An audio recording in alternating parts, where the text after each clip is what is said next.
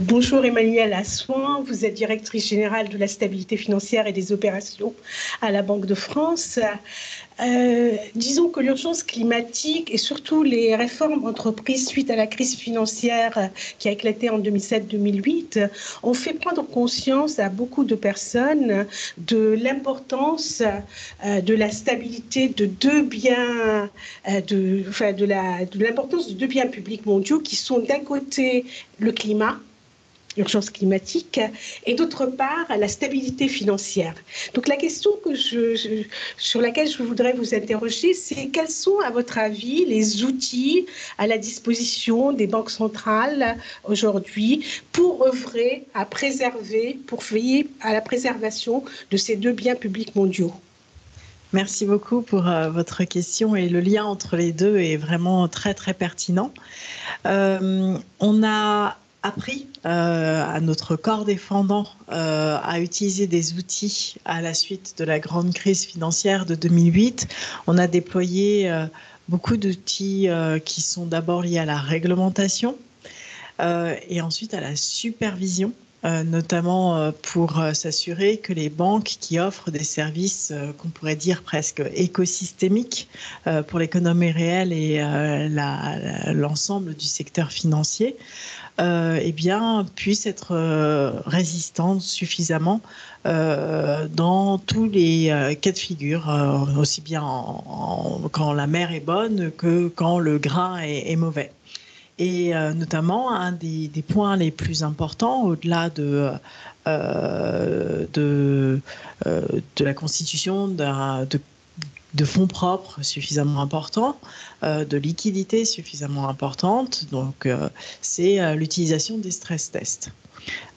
Qui ont été quand même un des attributs et un des apports majeurs de la grande crise financière. Et au titre du climat, et de la prise en compte des risques climatiques qui est intervenue beaucoup plus tard. Malheureusement, on a commencé en tant que banque centrale et superviseur à en parler, les risques climatiques qui font porter des risques financiers et macroéconomiques seulement à partir de 2015, avec une amplification à partir de 2017, avec la mise en place du NGFS, notre réseau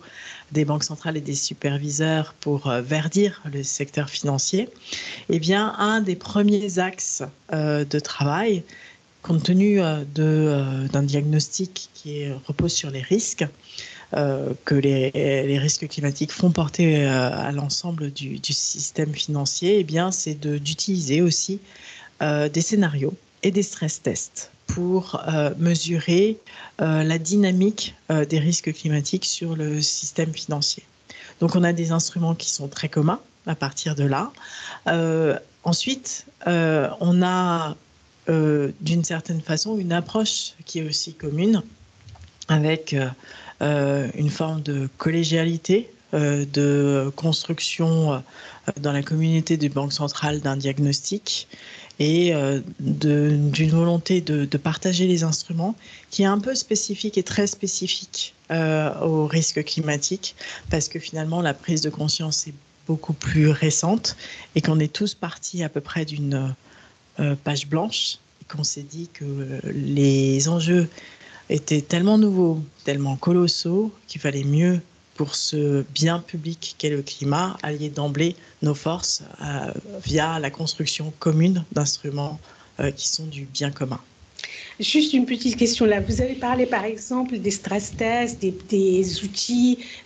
au niveau des microéconomiques des établissements bancaires. Mais est-ce que par exemple, de la politique monétaire au niveau des banques centrales, est-ce que le fait d'acheter par exemple, d'avoir acheté des obligations qui étaient pas très vertes, disons, ou d'autres, qu'est-ce que les banquiers centraux, qu'est-ce que la Banque centrale au niveau de la politique monétaire peut mettre en place pour veiller à ce qu'il y ait un véritable verdissement de la politique monétaire? Alors, une fois qu'on a posé le diagnostic des risques climatiques comme risques financiers, comme risques macroéconomiques, donc avec des incidences sur la croissance, des incidences sur l'inflation, sur les dynamiques des prix, des incidences au titre aussi du risque de crédit pour l'ensemble du secteur financier. Eh bien, c'est un diagnostic qu'on a vocation à s'appliquer à nous-mêmes au titre d'abord de la conduite de notre politique monétaire et donc bien mesurer, avoir tous les outils à l'état de l'art et qui sont en cours de construction pour s'assurer que dans nos projections, nos prévisions macroéconomiques qui intéressent l'ensemble de la gamme depuis le PIB, la croissance jusqu'à l'inflation, on prend bien en compte l'influence des risques associés au climat, transition, risque physique. Donc ça, c'est pour le diagnostic. Puis dans le volet opérationnel, on a toujours dit que les risques climatiques c'est une réalité,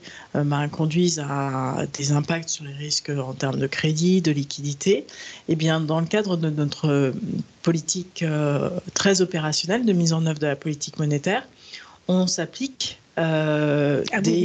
nous-mêmes des principes qu'on veut voir appliqués ailleurs, c'est-à-dire la prise en compte de ces risques au titre de notre gestion du cadre de gestion des risques plus général. Donc en 2021, a été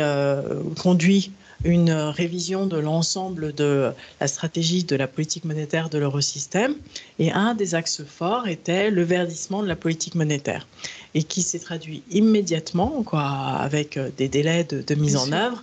par un volet notamment de verdissement des achats que nous faisions dans le cadre des opérations de quantitative easing, des portefeuilles d'achat d'actifs conduits pour la politique monétaire, notamment via l'introduction ce qu'on a appelé dans notre jargon un tilting, donc des achats renforcés vers les émetteurs privés bénéficiant dans notre échelle de notation interne d'un bon score climat et des achats allégés vis-à-vis des émetteurs d'obligations corporate privés bénéficiant d'un moins bon score climat. Tout ça pour préserver le bilan de l'eurosystème. Il y a des évolutions qui seront en cours et qui seront mises en œuvre opérationnellement au cours des prochains mois, années, au titre du collatéral, de la gestion du collatéral qui vient sécuriser nos opérations de crédit aux établissements de crédit. Merci beaucoup. Je vous en prie.